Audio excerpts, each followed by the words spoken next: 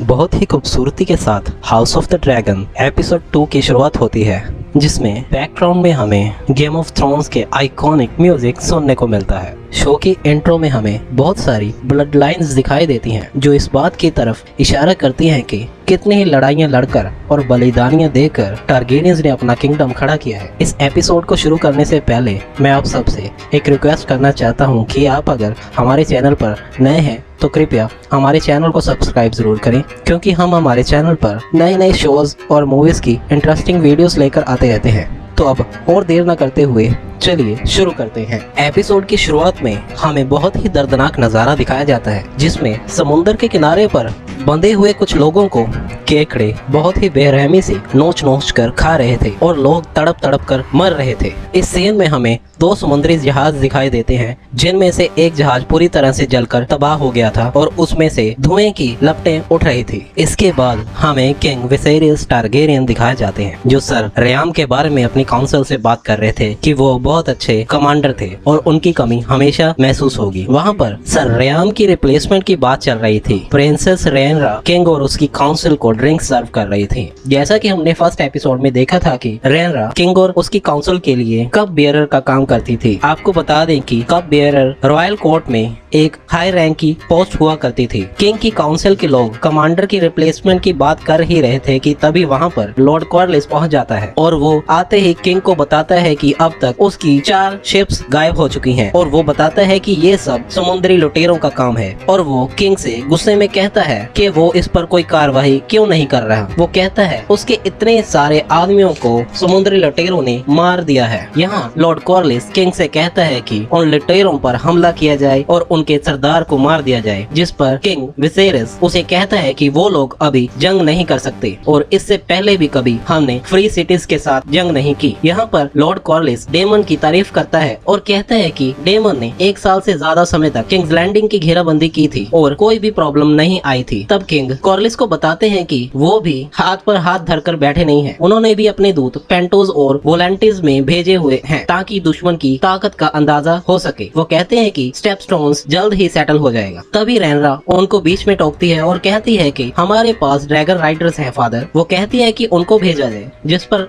Lord Corlys कहता है कि शुक्र है रेनरा के पास कोई प्लान है। पर राजा को रेनरा का आइडिया पसंद नहीं आता और वो उसे बाहर हो रही कमांडर की भर्ती के लिए भेज देता है। इसके बाद रेनरा बाहर जाकर कमांडर की हो रही भर्ती में बिजी हो जाती है और सर क्रिस्टन को अपना कमांडर चुन लेती है। दूसरी तरफ हमें दिखाया जाता है कि राजा विसेरियस और एलिसेंट हाइटार दोनों एक दूसरे के साथ समय बिताना शुरू कर देते हैं, जिसमें वो अपने किंगडम की हिस्ट्री को लेकर बातें करते हैं। राजा विसेरियस एलिसेंट को एक ड्रैगन के बारे में बता रहा था और उनके हाथ में एक पत्थर का बना हुआ ड्रैगन का एक मॉडल था, जो अचानक से उनके हाथ से गिर जाता है और टूट जाता है। इसके बाद एलिसेंट रेनेरा से मिलती है। वो दोनों आपस में बातें करती हैं, जहाँ पर एलिसेंट प्रिंसेस रेनेरा को समझाती है कि उसके पिता उससे बहुत प्यार करते हैं, पर ये उनकी मजबूरी है कि उन्हें दूसरी शादी करनी पड़ रही है। यहाँ पर प्रिंसेस रेनेरा और एलिसेंट हाइटार एक दूसरे के साथ अपना अपना दुख साझा करते हैं, जिससे होता यह है कि प्रिंसेस रेनेरा अपने पिता की मजबूरी को समझ जाती है और एलिसेंट हाइटार को थैंक यू बोलती है। इसके अगले सीन में हमें लॉर्ड कॉर्लिस और उनकी पत्नी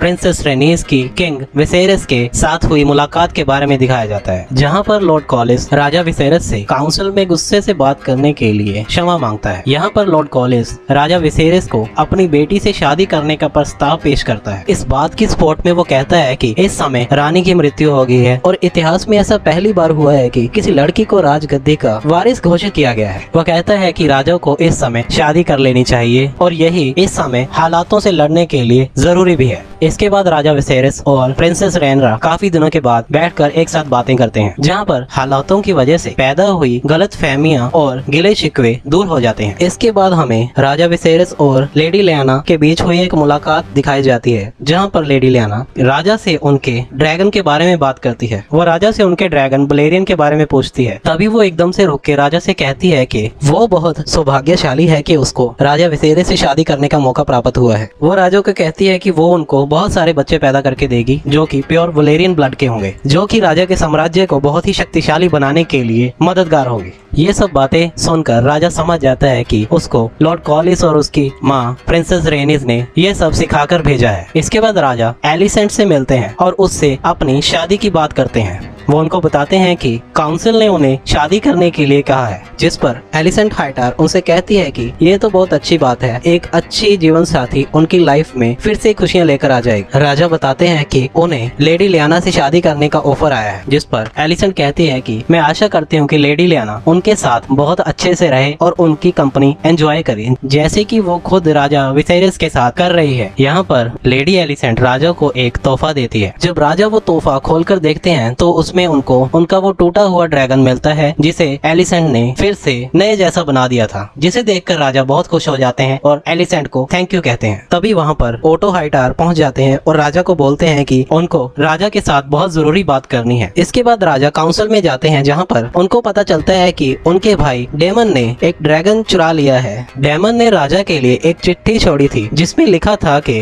वो दूसरी शादी कर रहा है और वो अपने होने वाले बच्चे के पालने में रखने के लिए ड्रैगन का अंडा लेकर जा रहा है। ये सब सुनकर राजा को बहुत गुस्सा आ जाता है। ओट हाइटार राजा से कहता है कि वो डेमन के पास जाएगा और वो डेमन से ड्रैगन का एग वापस लेकर आएगा। इसके बाद हमें दिखाया जाता है कि ओट हाइटार अपने कुछ साथियों को लेकर डेमन के सामने जाते हैं। डेमन उनसे कहता है कि ड्रैगन स्टोन में उनका स्वागत है। ओटो हाइटार उसे ड्रैगन का अंडा चुरा कर लाने के लिए बहुत खरी खोटी बातें सुनाते हैं। इन दोनों के बीच बहस होने लगती है, जिससे माहौल काफी गर्मा जाता है। दोनों तरफ के लोग अपनी अपनी तलवारें निकाल लेते हैं। डेमन भी काफी गुस्से में आ जाता है। इस गर्मा गर्मी के माहौल में अचानक से एक अजीब सी आवाज आने लगती है, जिसे सुनकर सब सन्न रह जाते हैं। तभी वहाँ पर डेमन का ड्रैगन आ जाता है, जो बहुत ही ज्यादा गुस्से में था। सभी उसे देखकर डर जाते हैं। गुस्से में डेमन का ड्रैगन एक बहुत बड़ी दहाड़ लगाता है, जिसको सुन के डर के मारे सबके पसीने छूट जाते हैं। तभी ओटो हाइटार अपने आदमियों से कहता है कि अपनी तलवारें नीचे कर लो। तभी वहाँ एक और अजीब सी आवाज आती है, जो सबका ध्यान अपनी तरफ खींच लेती है। हम क्या देखते हैं कि बादलों को चीरता हुआ बिजली की तेजी से एक और ड्रैगन उनकी तरफ बढ़ता है। ये ड्रैगन किसी और का नहीं था, बल्कि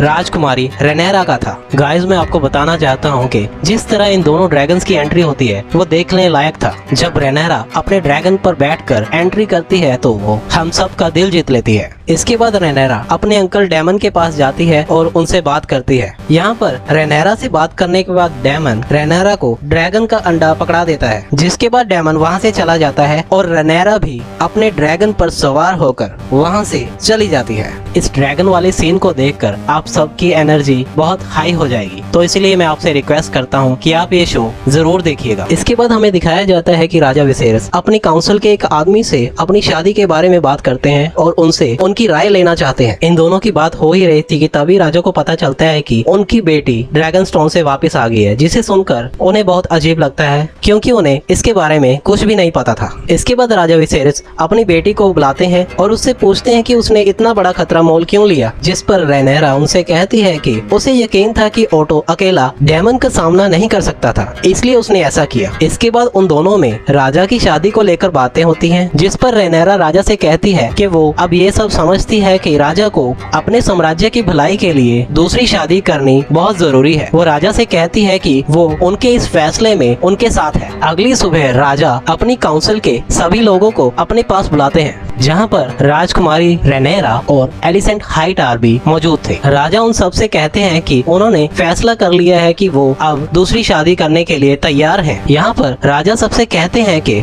वो एलिसेंट हाइटार से शादी करना चाहते हैं, जिसे सुनकर लॉर्ड कॉलिस गुस्से में आ जाता है और वो राजा को कहता है कि ये बहुत बड़ी बेइज्जती है और गुस्से में वहाँ से चला जाता है। इस बात को सुनकर रेनेरा भी वहाँ से बिना कुछ बोले चली जाती है। हमें समझ नहीं आता कि वो इस बात से खुश है या दुखी है। फ्रेंड्स, मैं आपको बताना चाहता हूँ कि मुझे एलिसेंट हाइटार का कैरेक्टर बहुत पसंद आया। जिस खूबसूरती के साथ इस किरदार को पेश किया गया है वो लाजवाब है। आगे चलकर ये कहानी क्या मोड़ लेगी, ये जानने के लिए कृपया हमारे साथ जुड़े रहें। अगर आप हमारे चैनल पर नए हैं तो हमारे चैनल को सब्सक्राइब जरूर करें। हम हमारे चैनल पर नए शोज और मूवीज की इंटरेस्टिंग वीडियोस लेकर आते रहते हैं। एपिसोड के एंड में हमें दिखाया जाता है कि लॉर्ड कॉलिस डेमन के सामने बैठकर उससे बातें कर रहा था। वो उसे समुद्री लुटेरों के बारे में बताता है। वो डेमन से कहता है कि उसे उसकी मदद करनी चाहिए और समुद्री लुटेरों को लेकर कोई कार्रवाई करनी चाहिए। वो कहता है कि डेमन के पास ये एक चांस है जिससे वो अपनी काबिलियत सबको दिखा सकता है। इसी के साथ ये एपिसोड समाप्त हो जाता है। अगर आपको ये वीडियो अच्छी लगी तो इसे लाइक जरूर करें। अब हम आपसे हाउस ऑफ द ड्रैगन्स के अगले एपिसोड में मिलेंगे। तब तक के लिए बाय बाय।